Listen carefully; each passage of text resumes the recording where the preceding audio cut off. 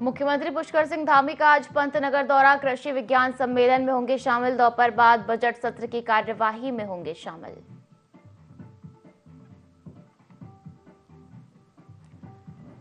CM Dhami ने दिल्ली की नवनिर्वाचित मुख्यमंत्री रेखा गुप्ता से की मुलाकात। नई जिम्मेदारी के लिए दी बधाई। कहा, डबल इंजन सरकार के समर्पित प्रयासों से राजधानी तेजी से आगे बढ़ेगी।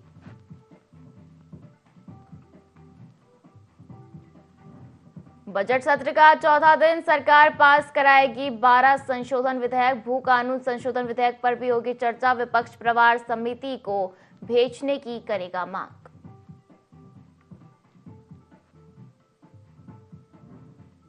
पूर्व सीएम रमेश पोखरियाल निशंक ने धामी सरकार को सराहा। कहा, भू कानून से स्थानीय लोगों के हितों की होगी सुरक्षा। बाहरी लोगों द्वारा बेदर्दी से जमीन खरीदने पर लगेगा प्रतिबंध।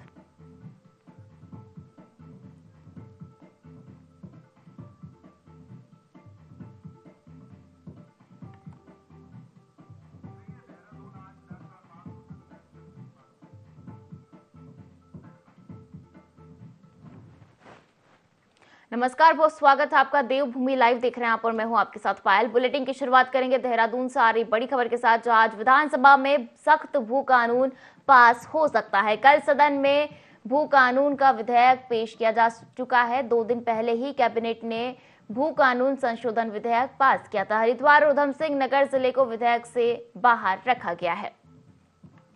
तो ये बड़ी खबर देहरादून से। आज विधानसभा में सख्त भू कानून पास हो सकता है। तो उत्तराखंड में विधानसभा का बजट सत्र चल रहा है। कल संशोधन विधेयक पेश हुआ था। अब आज पास हो सकता है सख्त भू कानून। तो बजट सत्र का आज चौथा दिन। सरकार 12 संशोधन विधेयक पास कराएगी। भू कानून संशोधन विधेयक पर भी चर्चा होगी। विपक्ष प्रवर समिति को भेजने की मांग करेगा। तो कल सदन में भू कानून विधेयक पेश किया जा चुका है और 2 दिन पहले ही कैबिनेट ने भू कानून संशोधन विधेयक पास किया था।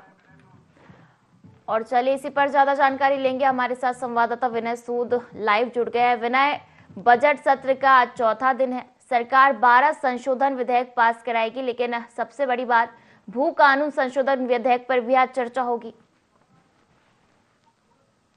जी बिल्कुल, देखिए आपको बता दें कि इस तरीके से भू कानून का मुद्दा का काफी बड़ा मुद्दा जिस तरीके से अभी तक उत्तराखंड में रहा है, लोगों ने जिस तरीके से इसकी मांग की थी, तो अब कैबिनेट से इस तरह से इसको मंजूरी भी मिली। तो अब ऐसे में देखा जा सकता है कि जो यहाँ पर भू कानून की अगर बात करें तो भू कानून जो है यहाँ पर भू कानून को जो विधेयक है वो कल यहाँ पर पेश किया जा चुका है। अब इसके साथ ही साथ आपको ये भी बता दें कि अब जिस तरीके से जो भू कानून की अगर यहाँ पर बात की जाए तो उसको लेकर के अब जिस तरीके से विपक्ष लगातार यहाँ पर विरोध प्रदर्शन करता हुआ नजर आ रहा है। विपक्ष जो है इस दौरान यहाँ पर प्रवर समिति को सौंपने की भी जिस तरीके से यहाँ पर मांग कर रहा है, तो ऐसे में देखा जा सकता है कि भू कानून को लेकर के जिस तरीके से दामी सरकार लगातार प्रयास कर रही थी कि उत्तराखंड में भू कानून लागू करना है, तो इसके लिए अब जिस तरह से यहाँ पर विधेयक भी पेश हो चुका है, तो अब जो है इसको लेकर के आज जो है विधानसभा में चर्चा की जानी है। साथ ही साथ आपको ये भी बता दें कि भू कानून को लेकर के जिस तरीके से यहाँ पर जो बाहरी जो लोग हैं वो अब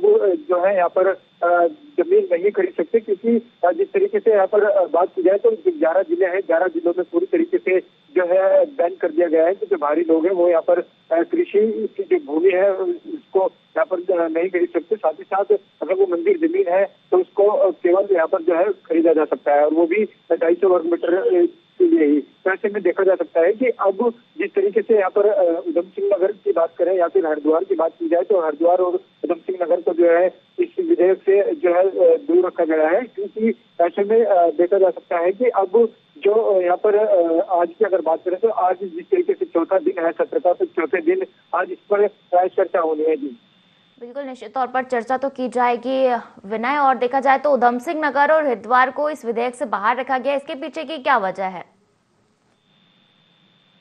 जी बिल्कुल, देखिए 11 यहाँ पर जिस तरीके से जो जिले हैं, 11 जिलों में तो पूरी तरीके से यहाँ पर जो है भू कानून को लेकर के पूरी तरीके से जो है इसमें बैन लगा दिया गया है। तो ऐसे में जो है अब देखा जा सकता है कि जो यहाँ पर दो जिले हैं, यहाँ पर हरिद्वार की बात करें या फिर उधम सिंह नगर की बात करें, उधम सिंह नगर और हरिद्वार में भी जो यहाँ पर जो ग्रामीण क्षेत्र है, वहाँ पर भी जो है इस दौरान यहाँ पर जो है जमीन नहीं खरीद सकते। हालांकि जो नियम है वो भी इसमें कुछ संशोधन इस दौरान किए गए हैं। तो ऐसे में देखा जा सकता है पहले कि अब जो भू कानून है, भू कानून को लेकर के जिस तरीके से लगातार सरकार का प्रयास था कि भू कानून जो है उत्तराखंड में लागू करना है, यूजीसी को जिस तरीके से लागू किया गया, उसके बाद भू कानून की बारी है। तो ऐसे में देखा जा सकता है कि अब आज जो सदन है, सदन में इसको लेकर के चर्चा की जानी है, जिसके बाद इसको फिर पटल में रखा जाएगा। तो ऐसे में देखा जा सकता है कि लगातार जो सरकार की तैयारियां है वो यही है कि भू कानून को जो है पूरी तरीके से जो है उत्तराखंड में लागू किया जा सके। ऐसे में विपक्ष की अगर बात करें तो जो विपक्ष है, विपक्ष जिस तरीके से यहाँ पर यूजीसी को लेकर के लगातार विरोध करता हुआ नजर आ रहा है, तो वही अब जो है भू कानून में भी जो है विपक्ष की मांग है कि इसमें जो प्रवर समिति है, प्रवर समिति को जो है ये सौंपा जाएगी।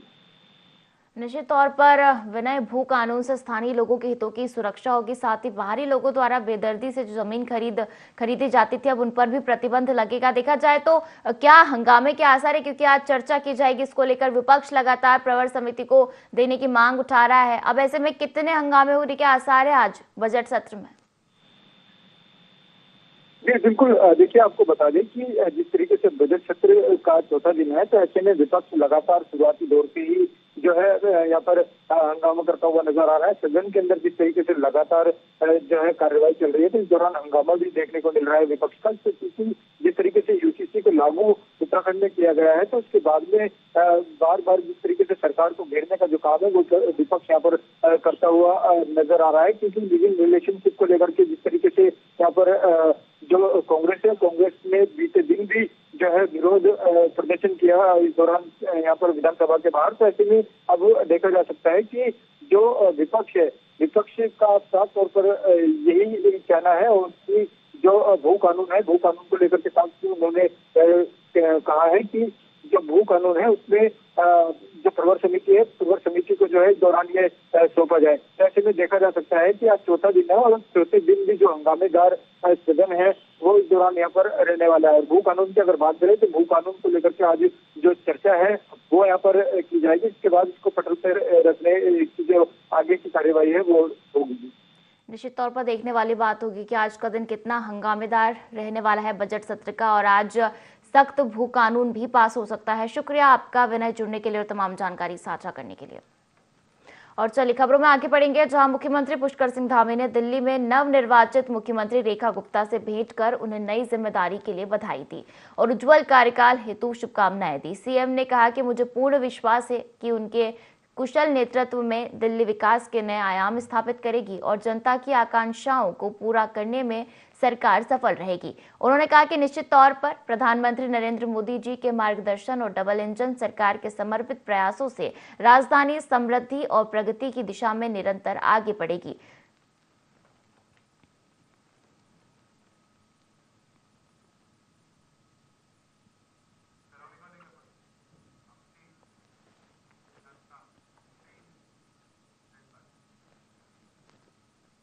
और श्रावण मास की तरह अब शारदीय कांवड़ यात्रा भी भक्तों की अपार श्रद्धा और भक्ति का प्रमाण बन रही है। हरिद्वार में कांवड़ यात्रा की शुरुआत होते ही शिव भक्तों का सैलाब उमड़ पड़ा है। देश के कई राज्यों से श्रद्धालु गंगाजल लेने हरिद्वार पहुंच रहे हैं, जहां मुजफ्फरनगर के रहने वाले शिव भक्त राज सिंह अपनी अनोखी श्रद्धा के कारण चर्चा में हैं। उन्होंने हरिद्वार के हर की पौड़ी से गंगाजल लेकर मुजफ्फरनगर के एक शिव मंदिर में जल अर्पित करने का संकल्प लिया है। वे अपनी पूरी यात्रा घुटनों के बल तय कर रहे हैं। लगभग 105 किलोमीटर की यह कठिन यात्रा उनकी अटूट आस्था का प्रतीक है। यात्रा को लेकर राज सिंह ने बताया कि उनकी यह भक्ति भोलेनाथ को समर्पित है। उन्होंने यात्रा के दौरान प्रशासन की व्यवस्थाओं की भी सराहना की है।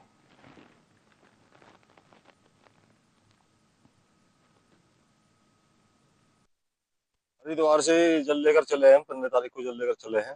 सुबह 15 तारीख में आ गए थे हम हरिद्वार और आकर हमने 6:15 बजे जल भरकर हम चल दिए। हमें इसी भक्ति में आनंद आ रहा है, इससे श्रेष्ठ कोई भक्ति है नहीं। 105 किलोमीटर चलकर घुटनों के बल से अपने शिव मंदिर पर जल चढ़ाए, वो बाबा की मर्जी है। ये दूसरी बार है हमारा। मन्नत करिए नहीं मांगी और ना भगवान ने कुछ कमी रखी, बाबा भोलानाथ ने सब कुछ दे रखा है। व्यवस्था है बहुत अच्छी है, बहुत अच्छी है, सब उनकी कृपा है। इधर पर्यटन नगरी मसूरी के ऊंचाई वाले क्षेत्र लाल टिब्बा और 4 दुकान में बर्फ की फुहारें गिरने लगी है। हालांकि बर्फबारी के बाद बर्फ जम नहीं पाई है। धनौल्टी क्षेत्र और आसपास की पहाड़ियों पर काफी बर्फबारी हुई है। वहीं तापमान में भी काफी गिरावट दर्ज की गई है। बीते दिनों मौसम में बदलाव के चलते लोगों को गर्म कपड़ों के साथ ही ठंड से बचने के लिए अलाव का सहारा लेना पड़ रहा है। स्थानीय लोगों के साथ ही पर्यटक भी आग का सहारा ले रहे हैं। इस साल पर्यटन नगरी में मामूली बर्फबारी हुई है और लोगों को उम्मीद है कि एक बार फिर जमकर बर्फबारी होगी, जिसको लेकर पर्यटकों और स्थानीय लोग बर्फबारी का इंतजार कर रहे हैं।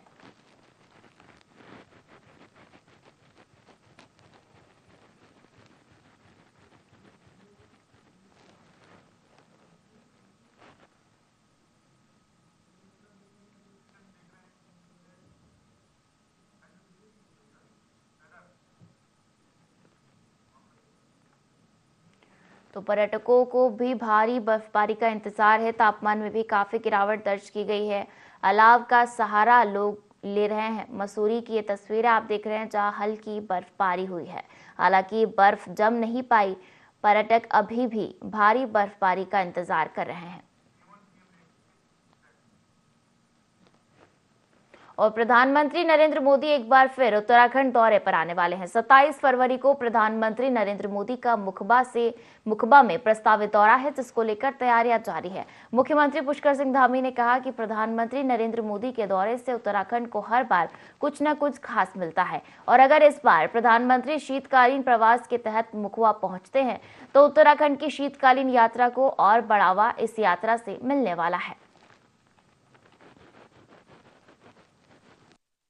शीतकाल यात्रा प्रारंभ की है और आदरणीय प्रधानमंत्री जी को हम लोगों ने जैसे ही बताया कि हमने यहाँ शीतकाल यात्रा प्रारंभ की है और आदरणीय प्रधानमंत्री जी का हमारे यहाँ के सभी देव स्थानों से, 4 धामों से, सीमांत क्षेत्रों से, पूरे देवभूमि उत्तराखंड से एक विशेष लगाव है और ये यात्रा आने वाले समय में हमारे राज्य के लिए बहुत बड़ी आर्थिकी का और समृद्धि का कारण बनने वाली है। तो आदरणीय प्रधानमंत्री जी आएंगे तो निश्चित रूप से ये यात्रा हमारी देश में ही नहीं बल्कि विदेशों में भी जाएगी। जो 6 महीने हमारे यहाँ के लोगों के कारोबार एक तरह से बहुत कम हो जाते हैं या बंद जैसा हो जाते हैं, धाम जब बंद हो जाते हैं तो उनके लिए 6 महीने की जगह पूरे साल भर का काम होगा। प्रधानमंत्री जी के आने से देखिए हमारे यहाँ पर और जो आज संख्या हमारी 20 लाख से भी ज्यादा जा रही है वो संख्या कुछ हजारों में हो गई थी। उनके रात्रि प्रवास के बाद वो यात्रा बहुत तेजी से आगे बढ़ी। चाहे वो आदि कैलाश की यात्रा हो, आदि कैलाश जाने के बाद आज आदि कैलाश की बुकिंग पूरे साल भर हो रही है।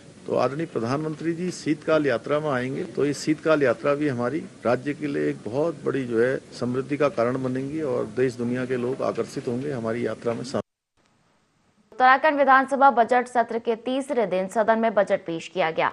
वहीं उत्तराखंड कांग्रेस ने विधानसभा का घेराव किया, जिसमें उत्तराखंड प्रदेश कांग्रेस कमेटी के अध्यक्ष करण माहरा, महिला कांग्रेस अध्यक्ष ज्योति रौतेला के सैकड़ों की संख्या में पार्टी के कार्यकर्ता मौजूद रहे। कांग्रेस के नुक्कड़ नाटक के साथ लोगों को लिव इन रिलेशनशिप से होने वाले नुकसान को भी बताया। इस मौके पर उत्तराखंड कांग्रेस प्रदेश अध्यक्ष ने कहा कि राज्य में यूसीसी में लिव इन रिलेशनशिप को मान्यता दी गई है, जो देवभूमि की संस्कृति के खिलाफ है और कोई भी माँ बाप शादी के बिना अपनी बेटियों को किसी के साथ रहने की इजाजत नहीं देगा। इसका पुरजोर विरोध कांग्रेस कर रही है और जनमत संग्रह से लोगों के घर घर जाकर कांग्रेस राय ले रही है। वहीं महिला कांग्रेस अध्यक्ष ज्योति रौतेला ने भी यूसीसी को लेकर सरकार को खरी खोटी सुनाई। इस मौके पर कांग्रेस नेताओं और कार्यकर्ताओं की पुलिस के साथ तीखी नोकझोंक भी हुई।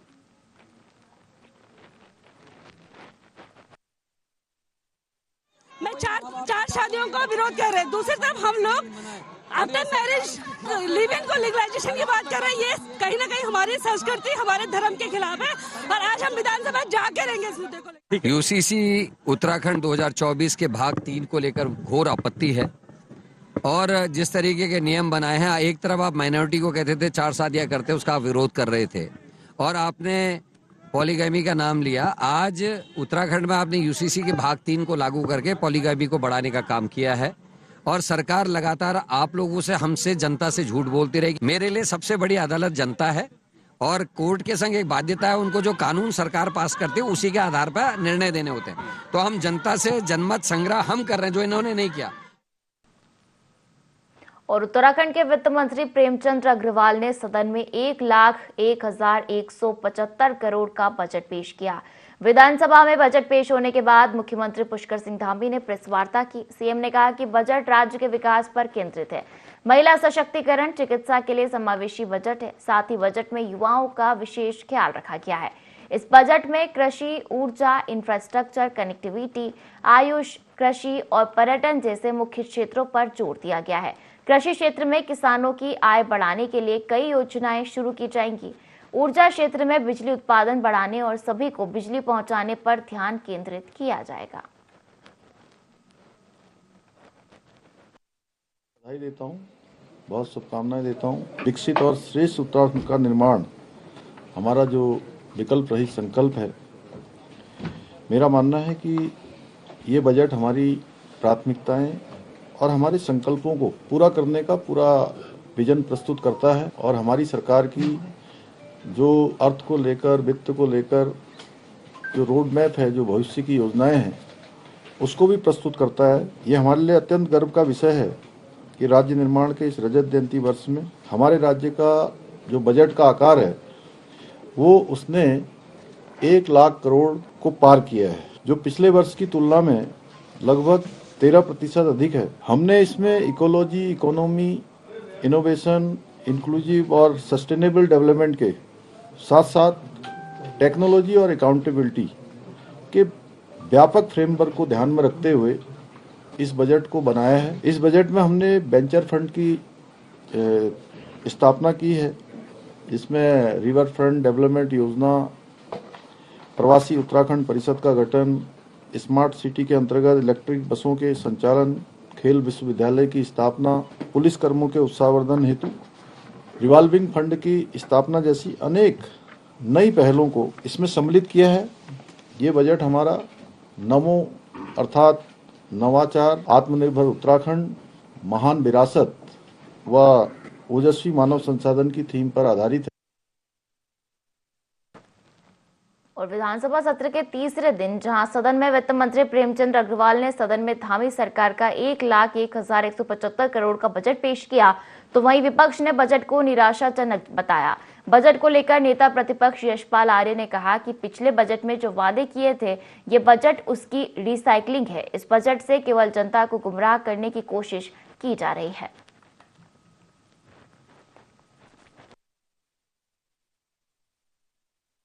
बजट में जो वायदे किए थे उन वायदों की रिसाइकलिंग है, रोजगार परक बजट नहीं है। रोजगार के कहीं पर इन्होंने इस बजट में कोई संकल्प नहीं लिया है। हम रोजगार कितने नौजवानों को रोजगार के अवसर देंगे, जुटाएंगे, इसका उल्लेख नहीं है।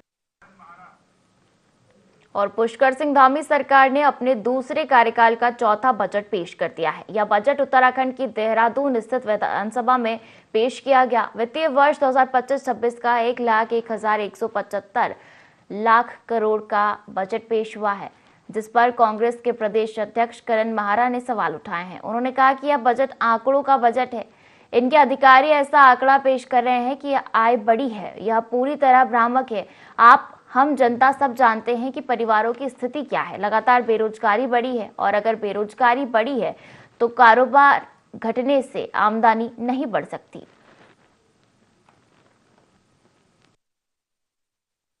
ये बजट आंकड़ों का बजट है।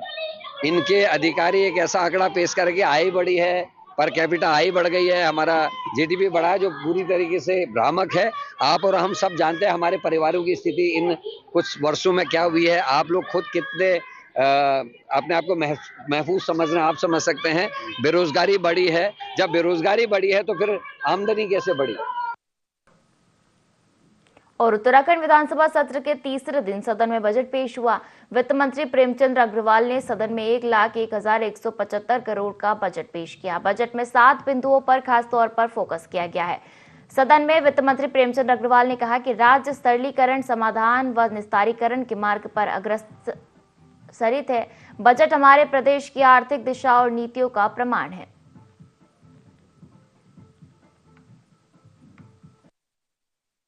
सेक्टर में निजी पूंजी निवेश को आकर्षित करने हेतु नई उत्तराखंड पर्यटन नीति 2023 लागू की गई है।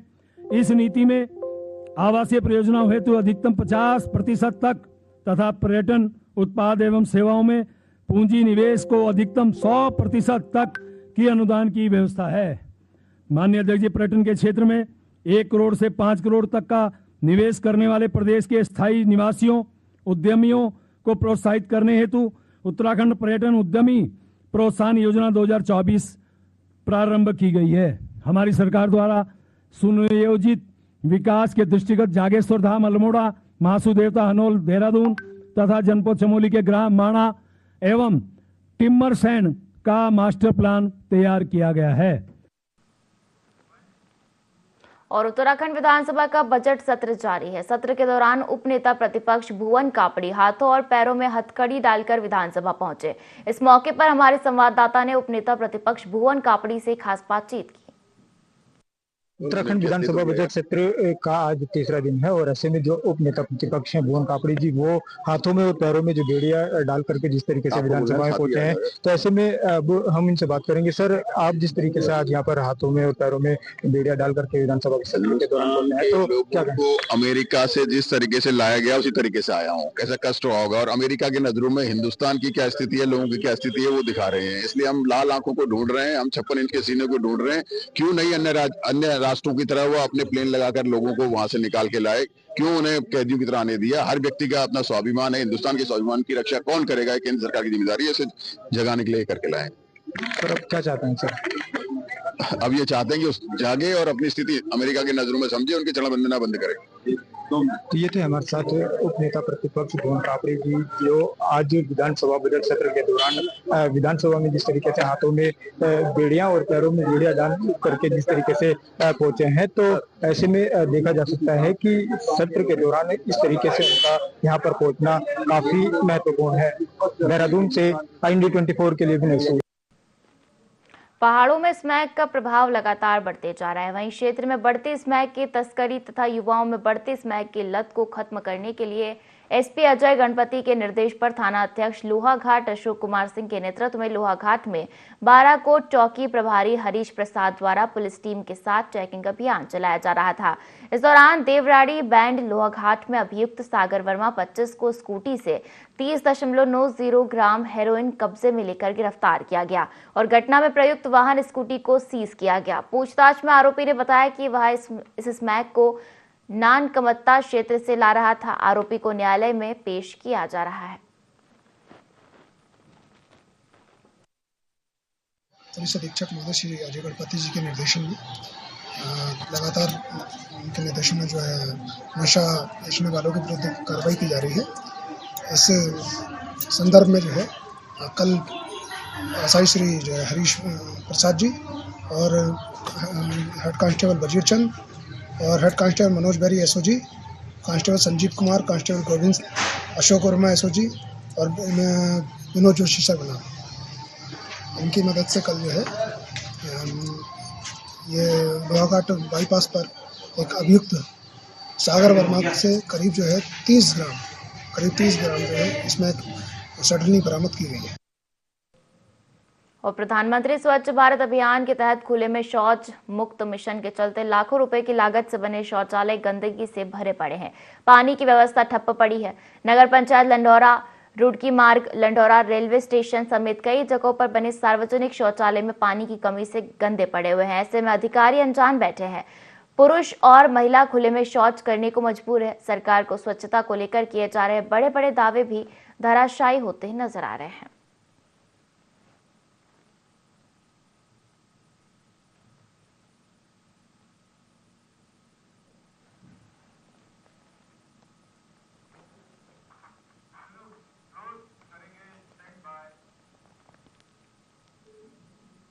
इस बुलेटिन में फिलहाल इतना ही। आप बने रहिए IND24 के साथ। नमस्कार।